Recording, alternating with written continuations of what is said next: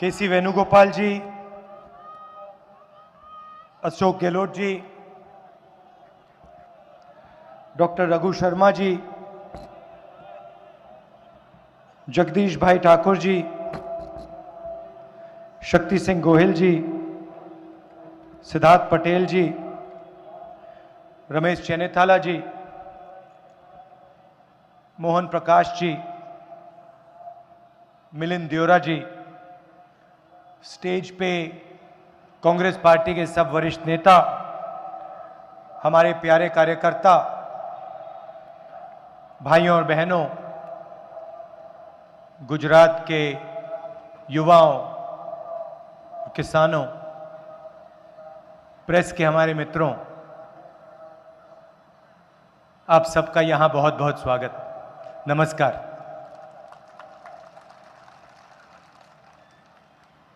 Press के मित्रों तो कहते हैं, मगर आप हमारी बात नहीं उठाते हो टीवी पे।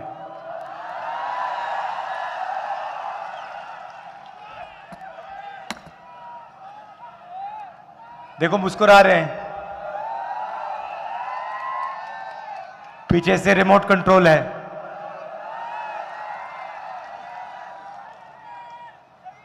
इनकी गलती नहीं है वैसे, ये कोशिश करते हैं, मगर इनके जो मालिक हैं इनको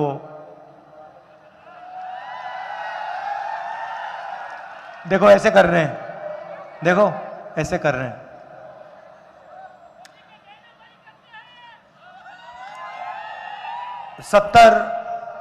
सत्तर दिन पहले कन्याकुमारी से हमने भारत जोड़ो यात्रा शुरू की और अब हम महाराष्ट्र से मध्य प्रदेश में घुस रहे हैं। यात्रा श्रीनगर तक जाएगी और श्रीनगर में हमारा जो तिरंगा झंडा है उसे वो यात्रा लहराएगी।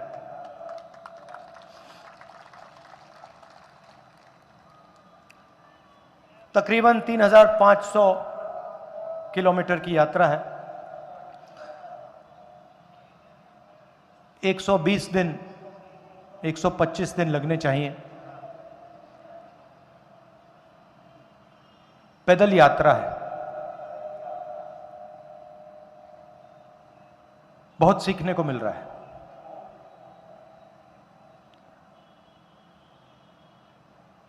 युवाओं से बातचीत हो रही है, किसानों से, मजदूरों से, छोटे व्यापारियों से, जो स्मॉल और मीडियम बिजनेस चलाते हैं, उनसे बात हो रही है।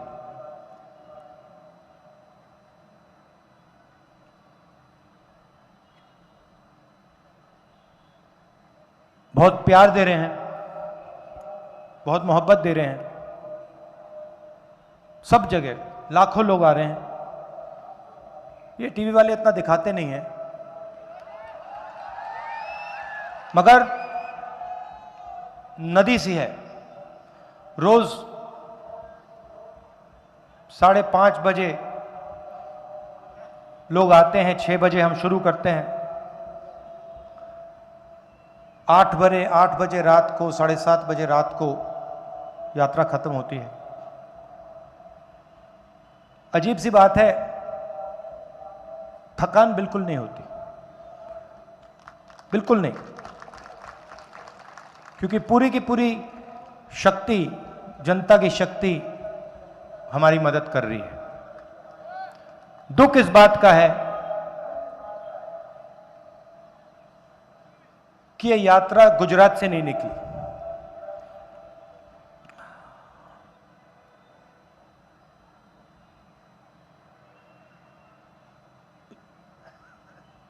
बड़ी खुशी हो रही है, मगर दुख भी लग रहा है। युवाओं से बात करते हैं, हजारों युवाओं से मैंने बातचीत की है। हर 5-10 मिनट कोई युवा आता है, अपने सपने के बारे में मुझे बताता है।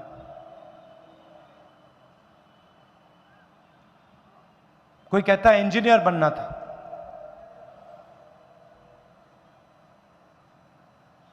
सालों पढ़ाई की, सपना देखा था कंप्यूटर इंजीनियर बनेंगे,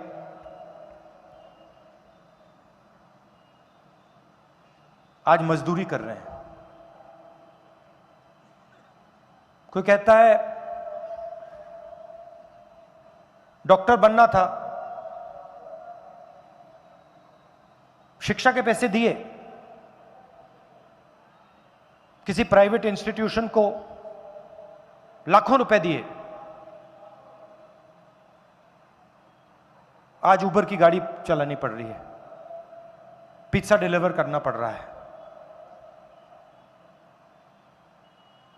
किसान से बात करो, सवाल पूछते हैं, राहुल जी हमें बात समझ नहीं आती, हिंदुस्तान के 3-4 अरबपति लाखों करोड़ रुपए कर्जा लेते हैं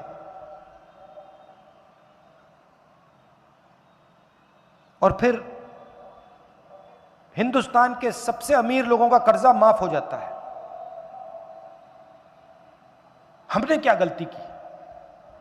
हम 50,000 रुपए का कर्जा लेते हैं, 1 लाख रुपए का कर्जा लेते हैं, हमारा कर्जा कभी माफ क्यों नहीं होता?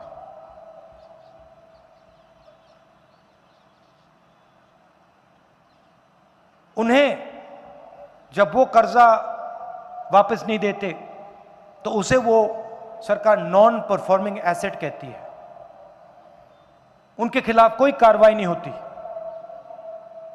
मगर जब किसान 50,000 रुपए कर्जा लेता है, वापस नहीं देता, उसे नॉन परफॉर्मिंग एसेट नहीं कहलाया जाता, उसको डिफॉल्टर कहलाया जाता है। यह सवाल किसान पूछ रहे हैं। प्रधानमंत्री बीमा योजना में पैसा डालते हैं, तूफान आता है, बारिश होती है, खेत बर्बाद हो जाता है, 1 रुपया नहीं मिलता।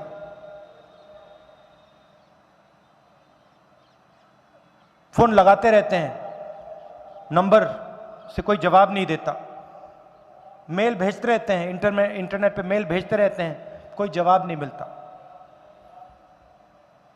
ये सब सुनकर काफी दुख होता है। यहां पे मोरबी की ट्रेजेडी हुई, उस समय पत्रकारों ने पूछा मुझसे इसके बारे में आप क्या सोचते हो, और मैंने बोला देखिए 150 लोगों की मृत्यु हुई है, यह राजनीतिक मुद्दा नहीं है, इस पे मैं बोलूंगा नहीं। मगर सवाल उठता है, आज उठता है,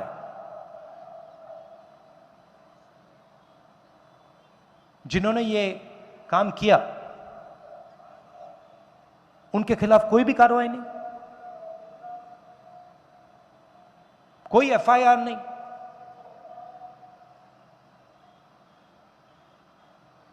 बीजेपी के साथ उनका अच्छा रिश्ता है तो उनका कुछ नहीं होगा क्या? चौकीदारों को पकड़ लिया, अंदर कर दिया, मगर जो सच्चे लोग हैं, जो जिम्मेदार हैं, उनके खिलाफ कुछ नहीं।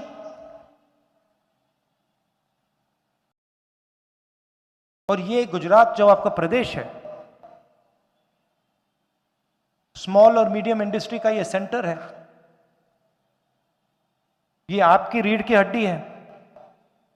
ये जो छोटी कंपनीज हैं, मिडिल साइज कंपनीज हैं, और आपके लोग सिर्फ गुजरात में नहीं चलाते, पूरे हिंदुस्तान में आप लोग इनको चलाते हो। यही तो देश को रोजगार देती हैं। ये जो अरबपति हैं 2-3, ये रोजगार नहीं देते हैं। जो छोटे बिजनेसेस हैं, मिडिल साइज बिजनेसेस हैं, वो रोजगार देते थे। क्या हुआ? सरकार ने नोटबंदी की, आपसे कहा था काला धन मिटा देंगे, काला धन नहीं मिटा।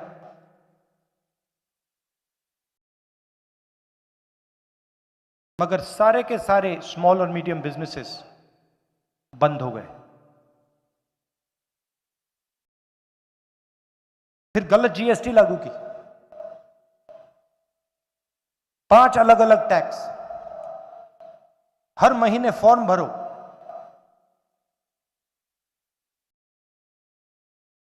जो बचे थे वो भी खत्म हो गए। रास्ता साफ करना था, अरबपतियों के लिए रास्ता साफ करना था। कोरोना के समय भी वही किया। मुझे याद है, हिंदुस्तान के मजदूर, किसी पत्रकार ने मुझे पूछा कि आप 2000 किलोमीटर चले हो। मैंने उससे कहा, देखिए ये कोई बड़ी बात नहीं है। हिंदुस्तान का हर मजदूर ये 2000 किलोमीटर चला था, भूखा चला था। तो ये कोई बड़ी बात नहीं है। मगर जब उस मजदूर को सरकार की जरूरत थी, हिंदुस्तान की सरकार ने, गुजरात की सरकार ने उनकी मदद नहीं की।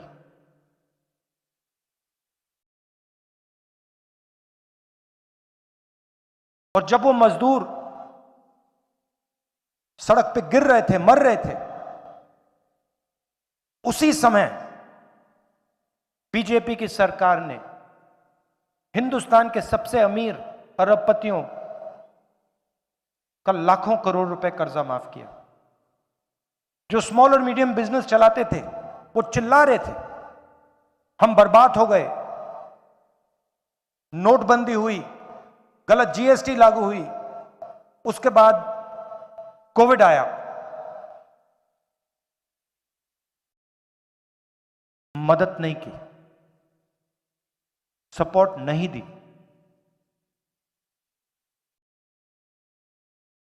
ये पॉलिसियां नहीं है, ये नोटबंदी, ये जीएसटी, कोविड में जो इन्होंने किया, ये पॉलिसी नहीं है। ये किसानों के खिलाफ, मजदूरों के खिलाफ, छोटे व्यापारियों के खिलाफ, स्मॉल और मीडियम बिजनेस चलाने वालों के खिलाफ ये हथियार है। इनको खत्म करने के हथियार है। और जो हिंदुस्तान के 2-3 बड़े अरबपति हैं जिनको आप जानते हो,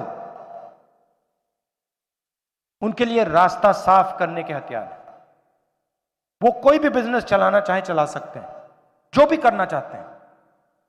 टेलीकॉम बिजनेस करना है तो टेलीकॉम में घुस जाएंगे, एयरपोर्ट में घुस जाएंगे, पोर्ट्स में घुस जाएंगे, इंफ्रास्ट्रक्चर, खेती, जो भी ये करना चाहते हैं, ग्रोसरी स्टोर्स, जो भी करना चाहते हैं कर सकते हैं, जो भी सपना देखना चाहते हैं देख सकते हैं।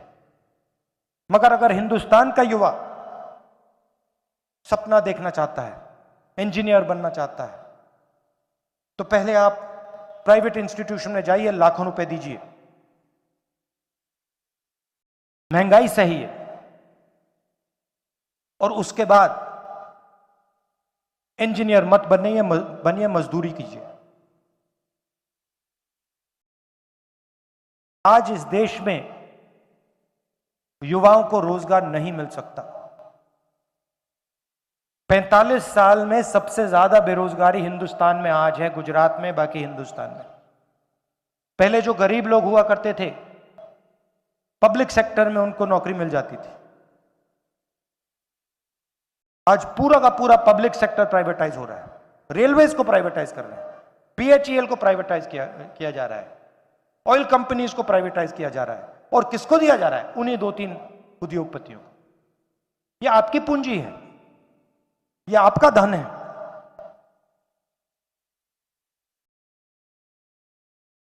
पब्लिक सेक्टर में आपको रोजगार नहीं मिल सकता। सरकार में लाखों पोजीशन खाली है। तो आप एक तरफ बेरोजगारी तो सहते हो, दूसरी तरफ महंगाई। यूपीए के समय पेट्रोल 60 रुपए का होता था, आज 100 रुपए से ज्यादा का है। गैस सिलेंडर 400 रुपए का था, आज कितने का है? 1100 रुपए का है।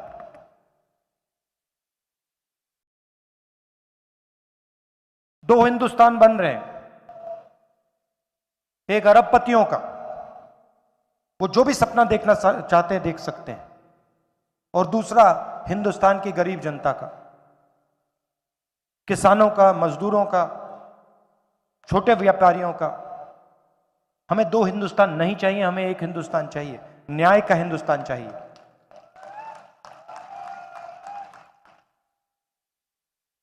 और भारत जोड़ो हम जो शुरू किए हैं, उसके पीछे सोच आपकी है, गुजरात की है, महात्मा गांधी जी की है। ये हमारी, ये नई चीज नहीं कर रहे हैं हम। रास्ता हमें गुजरात में दिखाया था, महात्मा गांधी जी ने दिखाया था, सरदार पटेल जी ने दिखाया था। आपसे ही सीख के हम ये तपस्या कर रहे हैं, जनता की आवाज सुन रहे हैं। 7-8 घंटे हम चलते हैं, हम कुछ बोलते नहीं हैं, किसानों की बात सुनते हैं, युवाओं की बात सुनते हैं, गले लगते हैं उनसे, मजदूरों से। और 7-8 घंटे चलने के बाद कभी 10-11 घंटे हो जाते हैं, हम 15 मिनट अपनी बात रखते हैं।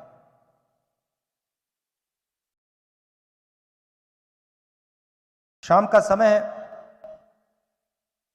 आप दूर दूर से आए हैं, मैं दिल से आपका धन्यवाद करता हूं।